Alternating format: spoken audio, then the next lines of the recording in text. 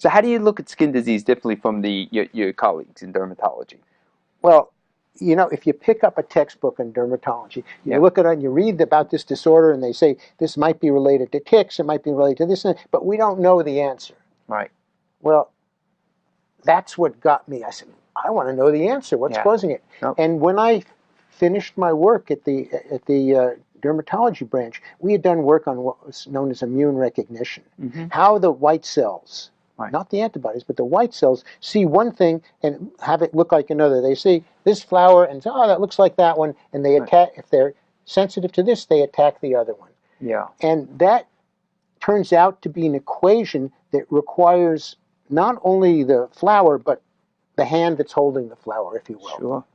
It's the transplantation antigens. And Right. we showed that, and actually later 2 people won Nobel Prizes on work related to that. Wow, for that research, that's terrific. Yeah. So that made me understand that there were very unique equations that went on. So it wasn't one, you know, like that corn caused eczema. Yeah. It was corn in a certain person's system that would cause a cross reaction to their own skin, and maybe even at certain times.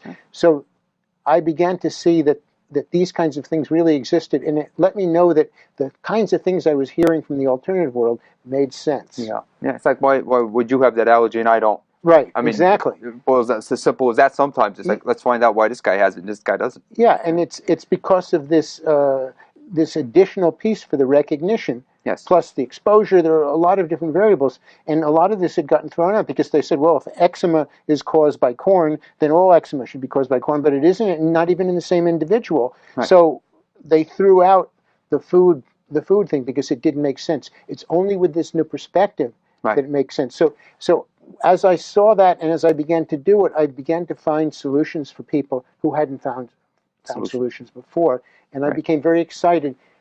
Not just that I wanted to help those people, but I wanted to bring this knowledge into medicine, not just for skin, because it's of course important for skin, but for inflammation in general. Sure, makes so much sense.